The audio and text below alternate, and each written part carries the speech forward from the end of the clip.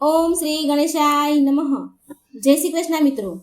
ગૌરી વ્રત મોળાકાત વ્રત કથા પૂજા વિધિ મહિમા આપણે આ વિડીયોમાં સાંભળીશું। જે 17 જુલાઈ 2024 ને બુધવારથી જે પૂર્ણ થાય છે 21 જુલાઈ 2024 ને રવિવારે।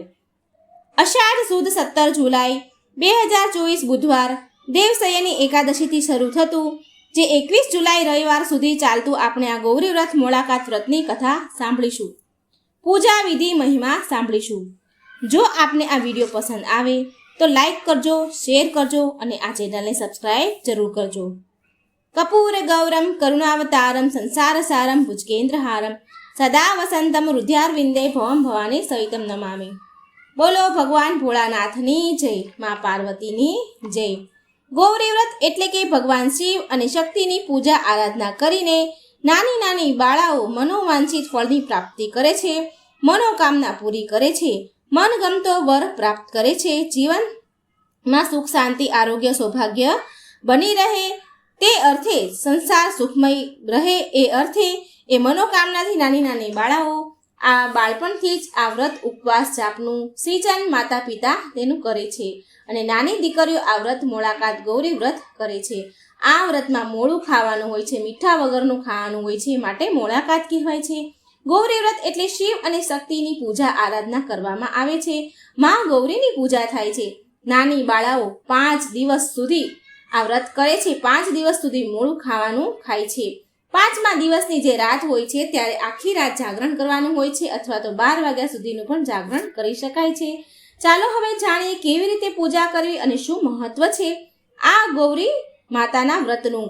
આ વ્રત નાની બાળાઓ કુમારિકાઓ સવારે વહેલા ઉઠી સ્નાન આદિથી પરવારીને ભગવાન મહાદેવ અને માતા ગૌરીને સમક્ષ આ વ્રત પૂજનનો સંકલ્પ કરે છે અથવા બ્રાહ્મણ દ્વારા પણ મંદિરોમાં પૂજા થાય છે, બ્રાહ્મણ પણ સંકલ્પ કરાવે છે, ત્યાર પછી પૂજા શરૂ થાય છે।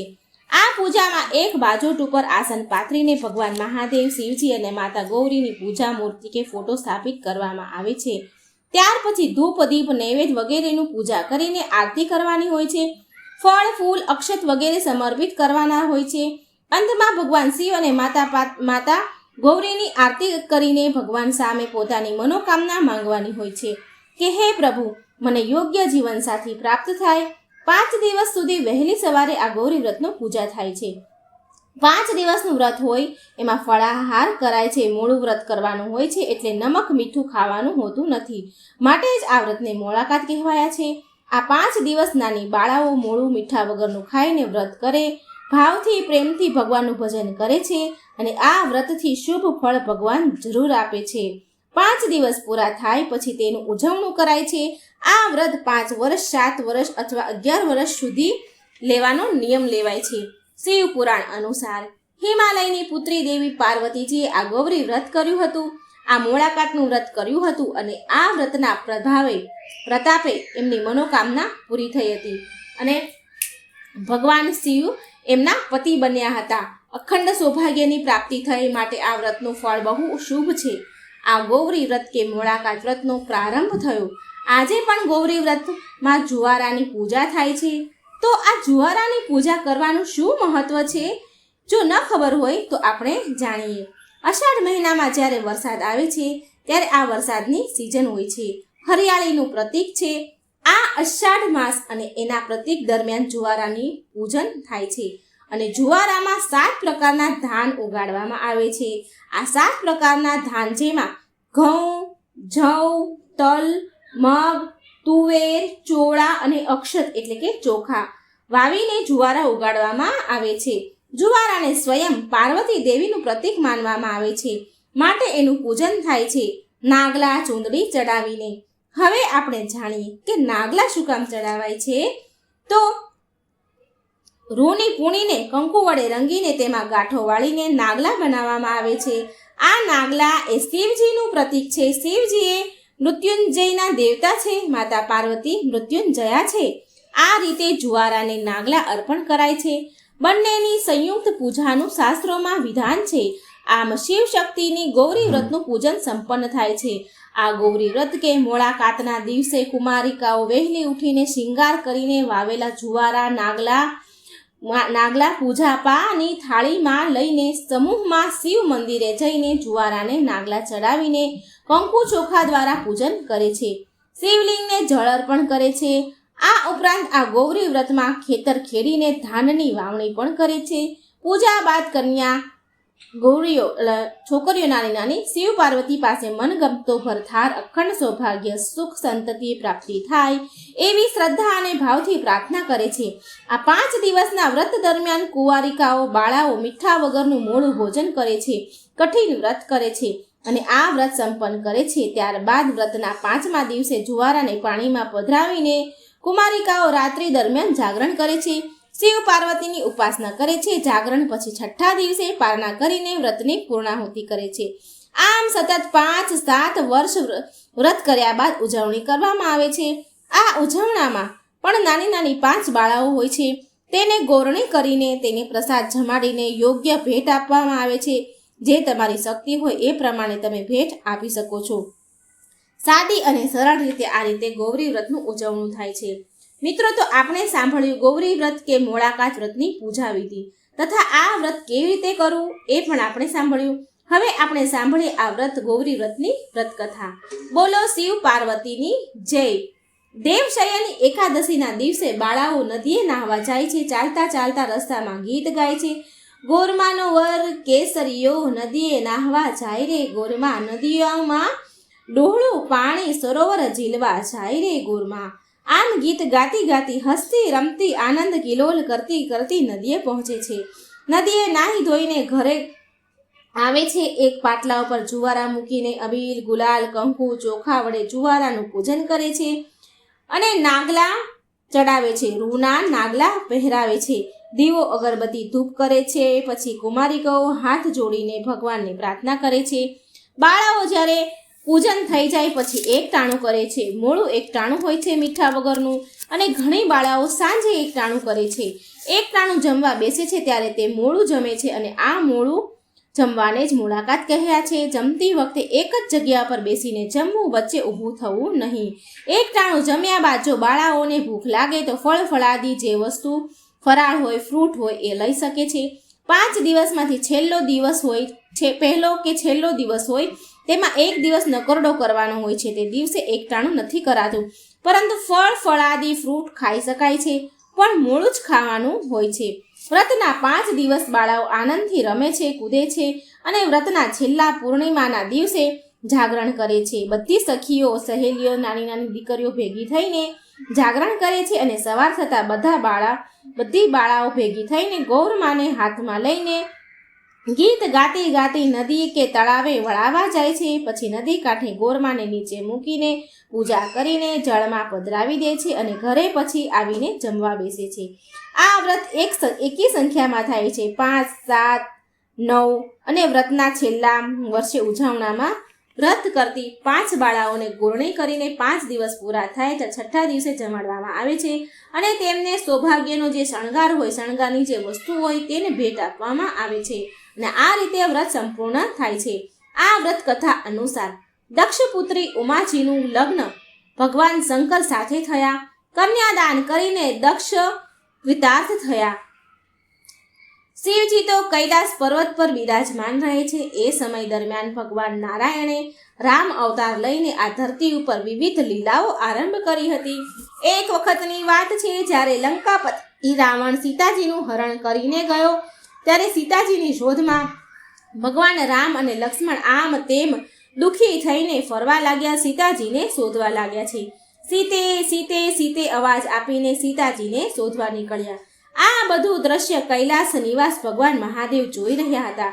પ્રભુની લીલાને નમન કરતા હતા. ત્યારે દેવી સતીએ કહ્યું કે હે નાથ, તમે આ તુચ્છ મનુષ્યને કેમ નમન કરો છો? ત્યારે ભગવાન મહાદેવ બોલ્યા, હે દેવી, આ તો મારા ઈષ્ટદેવ છે. તમે એમને તુચ્છ કહીને એમનું અપમાન કરી રહ્યા છો. પરંતુ દેવી સતીને જે દક્ષ કન્યા હતા, દક્ષ એટલે બુદ્ધિ, અને એટલે બુદ્ધિથી કન્યા વિચારે છે. બુદ્ધિની કન્યા બુદ્ધિથી જ વિચારે. માટે સતીને વિશ્વાસ ન આવ્યો કે આ મનુષ્ય તો અહીં તહીં આમ તેમ પોતાની નારીને શોધી રહ્યા છે. ભલા આ ઈશ્વર કેવી રીતે હોય? માટે દક્ષ કન્યા સતીને શ્રી રામજીની પરીક્ષા લેવાનો વિચાર આવ્યો. ભગવાન મહાદેવને કહ્યું કે હે દેવ, હું તમારા આ ઈષ્ટદેવની પરીક્ષા લેવા માંગુ છું. ત્યારે ભગવાન શિવે ના કહી અને ઘણું સમજાવ્યું દેવીને. દક્ષ કન્યા સતી માન્યા નહીં અને પરિણામ એ આવ્યું કે દેવી સતીએ સીતાજીનું રૂપ ધારણ કર્યું અને ભગવાન શ્રી રામ અને લક્ષ્મણજી જ્યાં હતા તેની સામે આવીને ઊભા રહી ગયા. ત્યારે ભગવાન શ્રી રામે સીતાજીના સ્વરૂપમાં સતીને જોયા. શ્રી રામજીએ સતીને કહ્યું કે હે દેવી, નંદી પર બિરાજમાન શિવજી ક્યાં છે? આ સાંભળીને સતીને જે તો જાણે પગ નીચેથી જમીન ખસી ગઈ. સતી પોતાના સ્વરૂપમાં પાછા આવ્યા. ભગવાન શ્રી રામ સામે ક્ષમા માંગવા લાગ્યા અને જ્યારે દેવી સતી પરીક્ષા લઈને શિવજી પાસે આવ્યા ત્યારે શિવજીએ પૂછ્યું કે હે દેવી, શું થયું? ત્યારે દેવી સતીએ સંકોચવશ શિવજીને સાચી વાત કહી નહીં કે પોતે સીતાજીનું રૂપ ધારણ કર્યું હતું, પરંતુ અંતર્યામી શિવજી સર્વ કાંઈ જાણે છે. નારીનો ધર્મ છે કે એકલા ન ફરવું જોઈએ અને પતિથી કોઈ વાત ન છુપાવી જોઈએ. વહેમની કોઈ દવા નથી. જીવનમાં સરસ મજબૂત સંબંધ બનાવવો હોય તો પતિ પત્નીએ ક્યારે એકબીજાને છેતરવા નહીં. પરિણામ એ આવ્યું કે શિવજીએ સતીનો સ્વીકાર કર્યો નહીં કે સીતા માતા તો સાક્ષાત જગદંબા છે અને સતીએ એમનું રૂપ ધારણ કર્યું. મોટી ભૂલ કરી બેઠા. હવે સતીનો સ્પર્શ કેવી રીતે થાય ભગવાન મહાદેવથી? કારણ કે સીતાજી તો સ્વયં રામ ભગવાનના પત્ની છે અને દેવી સીતા પણ શિવજી માટે પૂજનીય હતા. જ્યારે સતીએ સીતાજીનું રૂપ ધારણ કર્યું ત્યારે મહાદેવ તેમની પત્ની તરીકે કેવી રીતે સ્વીકાર કરી શકે? શિવજીનું દાંપત્ય જીવન તૂટ્યું. સતીને ઘણો પછતાવો થયો, પરંતુ શિવજી પણ શું કરે? ધર્મ સંકટમાં મુકાઈ ગયા. વિનાશ કાળે વિપરીત બુદ્ધિ થઈ.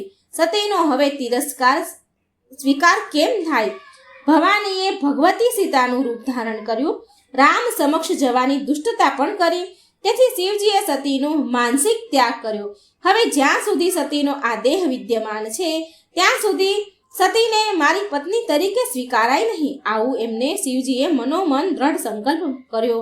મહાદેવે સતીને બેસવા માટે અર્ધ આસન અલગ કાઢીને આપ્યું. શિવજીએ સતીને ખબર પડી ગઈ, ખ્યાલ આવી ગયો કે શિવજીએ મારું છળ કપટ જાણી લીધું છે. સતીને ઘણો પછતાવો થયો. શિવજી તો સમાધિમાં બેસી ગયા. વાસ્તવિક દ્રષ્ટિએ શિવ અને શક્તિનો વિયોગ છે જ નહીં, બંને સંલગ્ન છે. આમ તો ત્રણેય દેવી એક જ છે, મા કાળી, મા લક્ષ્મી અને મહા સરસ્વતી. પરંતુ આ તો ભગવાનની લીલા છે અને શિવો બુદ્ધવાસ શિવમ ભજતે. શિવ થઈને શિવની ઉપાસના કરવી જોઈએ. કઠિન સાધના કે વ્રત સિવાય શિવત્વ સાંપડતું નથી. એક વખત પ્રજાપતિ દક્ષે એક મહાયજ્ઞનું આયોજન કર્યું. અહંકાર અને વૈભવનું ખૂબ પ્રદર્શન કર્યું. ત્યારે દક્ષે પોતાની જ કન્યા સતીને આમંત્રણ ન આપ્યું કે ના મહાદેવને આમંત્રણ આપ્યું અને ન યજ્ઞનો ભાગ આપ્યો.